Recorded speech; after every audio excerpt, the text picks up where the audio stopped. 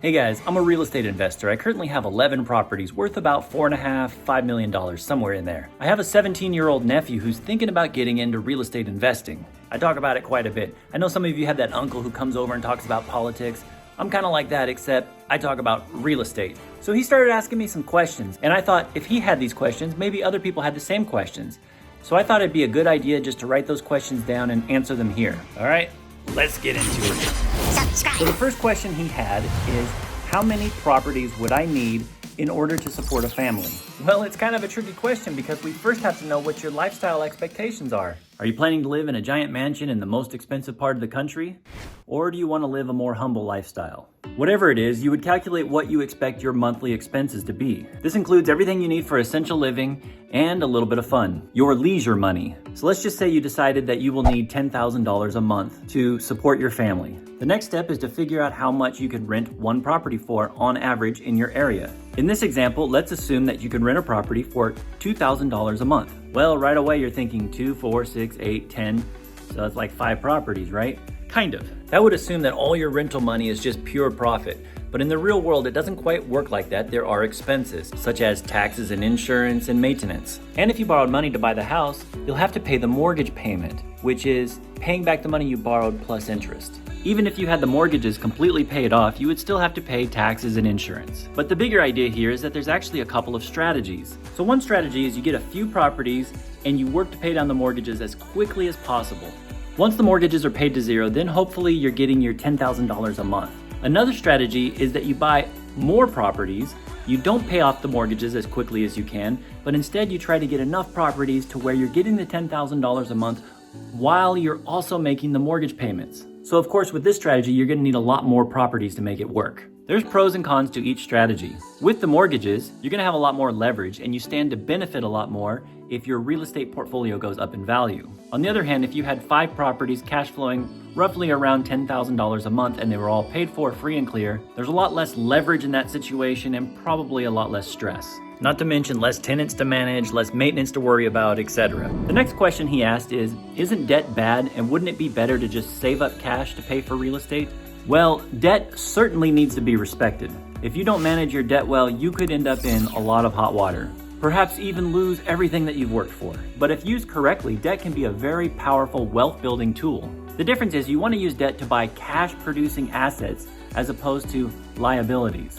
There's a difference between an asset and a liability. An asset's going to put money in your pocket, and a liability is just going to take money out of your pocket. In the case of real estate, debt is really powerful because it gives you leverage, which allows you to amplify your profits. Let me walk you through a little example real fast. Suppose you had $100,000 to spend on real estate, and you just went out and bought a house worth $100,000. And then your real estate appreciates. It goes up in value 10%. Well, the $100,000 you spent just made you $10,000. Pretty cool. However, if you had used that $100,000 to put 20% down payment on a $500,000 house, and now that same 10% appreciation happens, that house is now worth $550,000, and your $100,000 just made you $50,000, 5 times as much because of the leverage. That's the power of using debt correctly. The next question he asked is, what's the minimum amount of cash I would need in order to buy a home with financing? Well, it depends on the purchase price. But about the best deal that I would recommend is using something called an FHA loan. An FHA loan allows you to purchase real estate with just 3.5% down. There's also some closing costs. Let's assume about 3%. Now don't worry, sometimes these closing costs can be financed or paid with buyer assistance programs, but for now, let's just keep it simple. So 3.5% plus 3%, that's 6.5% that you're gonna need in order to buy the home. So let's do a little example. Let's say the home you wanna buy is $300,000. So we just take $300,000, multiply it by 0.065, and that gives you about $19,500 that you're gonna need in order to buy your first home. It'll be an owner-occupied home purchased with an FHA loan. What's good about this is that an FHA loan comes with a fixed rate, a 30-year fixed rate. That means whatever your payment is, it's gonna stay that. You're gonna know what your payment is. You will be paying a little extra in the form of mortgage insurance. Sometimes people call this PMI. So at some point when you have at least 20% equity in the property, you will probably want to refinance to lower your payment. But either way, this is still a great way to get started. It's actually how I purchased my first home. The next question he asked is, what caused the housing financial crisis of 2008 and will it happen again? Oh, wow, that would be a really long answer. Seriously, there are whole documentaries trying to address exactly this question. But the short of it is that people were getting loans that they could not afford. We call these ninja loans, which stands for no income, no job, no assets. Someone in that situation is just not in the right financial position to be borrowing money for a home. But they did borrow the money and surprise, they couldn't make their mortgage payments, which led to a wave of foreclosures, which led to a ton of new inventory being on the market, and with a ton of supply, prices had to come down, and boom, you have a full-on housing crisis. Will it happen again? You know, probably at some point. I don't think anytime soon though. So I wouldn't really worry about it. The thing that people are worried about right now is the looming forbearance crisis that could trigger another housing crisis. During the pandemic, people put their homes into forbearance because they may have lost their job due to the illness and they weren't able to make their payments. At some point though, these people are going to have to catch up and forbearances will end, and there is fear that they won't be able to make the payments, and the same kind of thing will happen with houses being foreclosed on and the market getting flooded with too much inventory.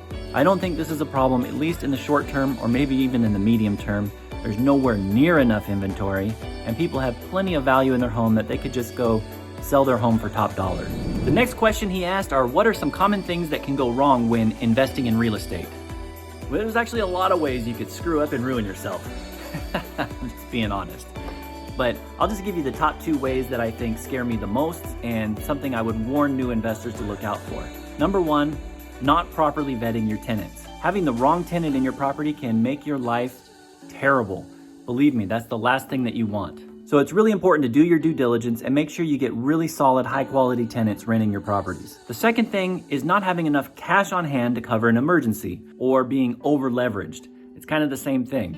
You borrow too much money, you don't have any money left in the bank account, then the water heater blows up and the roof needs a repair and you have no way to cover this. Or worse, something else goes sideways and you can't even make the mortgage payment. You always want to have enough cash on hand as a buffer to make sure you can easily make any of the payments for any of the things that might come up. The next question he asked is, what is the hardest part of being a real estate investor? Well, let me start by saying I think people make it a lot more complicated than it needs to be. I always talk about gold. Get ownership, lease, duplicate. That's really the secret to real estate investing. Just keep it simple. Repeat that strategy. Get ownership, lease, duplicate. However, I'm sure you're looking for a little bit better answer. And I would say making your YouTube real estate channel successful. Just kidding. No, really, probably the hardest part is finding good deals. Some people say that when you buy real estate, the money is made on purchase. I don't know if that's entirely true. I think you make your money over the long term by hanging onto the property, not screwing up and not losing your property. But I also don't think it's completely false. There's a big opportunity right at the beginning to make a lot of money if you can find a great deal. I usually like to find things that need a little cosmetic fixing up. You don't want major problems like foundation issues or termites have eaten up the frame or all the plumbing's ruined. Those are no fun to deal with. But if you can find a property under market value that just needs carpet, paint, new baseboards, you know, the cosmetic stuff, you have the potential to find a really great deal for a really great price. So another question he asked is, why should I invest in real estate as opposed to the stock market or anything else? Okay, here's why I like real estate. The stock market people are gonna hate me right now, but I don't care. I like real estate because it actually gets you to your goals. Now hold up, let me just walk you through something here. So we've been talking about needing $10,000 a month. There's something called the 4% rule, which says if you have a certain amount invested in the stock market, you can pull out 4% per year and be all right. You'll never run out of money. So if you want $10,000 a month, the amount you need invested in the stock market for the 4% rule is $3 million. All right, so we need to get $3 million in the stock market so that we can pull out 4% and have $10,000 a month. So let's figure out how long this is gonna take us.